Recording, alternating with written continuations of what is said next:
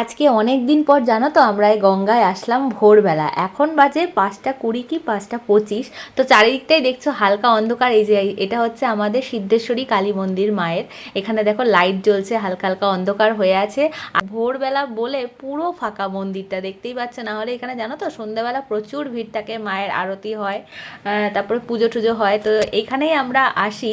তো অনেক দিন বাদে আসলাম। আর আজকে জানো তো রাস্তা থেকেই গঙ্গা দেখা যাচ্ছিল, মানে এতটাই জল ছিল, মানে জোয়ার চলছিল তো প্রচুর জল। দেখো উঁচু, মানে সিঁড়ি দিয়ে দেখাচ্ছি তোমাদের। আর এই সামনে দেখো এই যে এখানটা পুরো, মানে এই যে সিঁড়িগুলো দেখছো, নিচে আরও সিঁড়ি আছে জানো তো। এখানটা পুরো মানে আরও নিচে আমরা নামি, জল গঙ্গার জল মাথায় দিই, কিন্তু এইখানটা পুরো ভরে গেছে। মানে তারপর ওইখানে পাশে ওরা দাদারা ছিল, তাদেরকে জিজ্ঞেস করলাম, বললো যে জোয়ার চলছে। আর এখানে যে আমি দেখছো হাত দিয়ে দেখাচ্ছি, এখানে বসার জায়গাগুলো থাকে, এখানে বসেও আমরা ছবি তুলেছি, ভিডিও বানিয়েছি।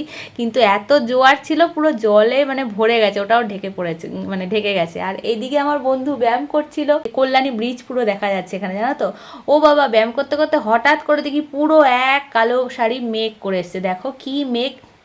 তাই জন্য আবার তাড়াহুড়ো করে জানো তো এখান থেকে বেরিয়ে গেছি। মানে গেলাম একটুখানির জন্য, মানে একটু থাকবো, সেইটুকু থাকতে পারলাম না, তাই জন্য তাড়াহুড়ো করে চলে আসলাম। দেখো আমাদের দুর্গাপুজোর প্যান্ডেল শুরু হয়ে গেছে। হ্যাঁ, শুরু হয়ে গেছে অনেক জায়গাতেই, আমাদের এখানেও শুরু হয়ে গেছে। প্রত্যেক বছর আমরা এখানে দেখতে আসি।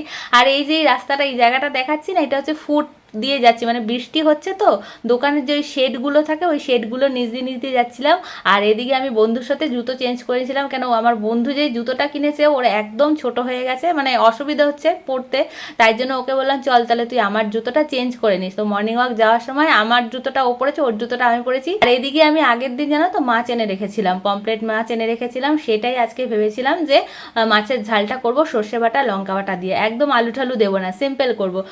আর আমি জানো তো যখনই মাছ রান্না করি তখনই আমি এরকম খুন্তি করেই জানো তো কড়াইতে দিই, নালে না ভীষণ ভয় লাগে, ওই যে তেলগুলো ছিটে আসে, তাই জন্য ভয় লাগে। আর মাছ ভাজার সময় জানো তো আমি একটু একটা থালা চাপা দিয়ে দিই, এই যে তেলগুলো ছিটকে না পুরো সারা রান্নাঘর তেল তেলে হয়ে যায়, যার জন্য আমার একদম বিরক্তিকর লাগে, ভাল লাগে না, তাই জন্য একদম ঢেকে ঠেকে দিয়ে দিই। আর এই দেখো এখানে আমি মশলাটা ভালো করে কষিয়ে নেবো, যেহেতু আজকে ঝোলটা মাখা মাখা করবো, তাই জন্য আর বেশি জল দেবো না। আর এই দেখো প্রায় আমার এখানে মাছ রেডি হয়ে গেছে, ঝোলটা একটু জাস্ট শুকিয়ে নেবো, তারপর গরম গরম ভাতের সাথে খাবো। আহা, কি দারুণ লাগছে দেখতে না। আর তোমাদের কেমন লাগলো ভিডিওটা অবশ্যই কিন্তু লাইক কমেন্টে জানিয়েছো। চলো আজকের মতন টাটা।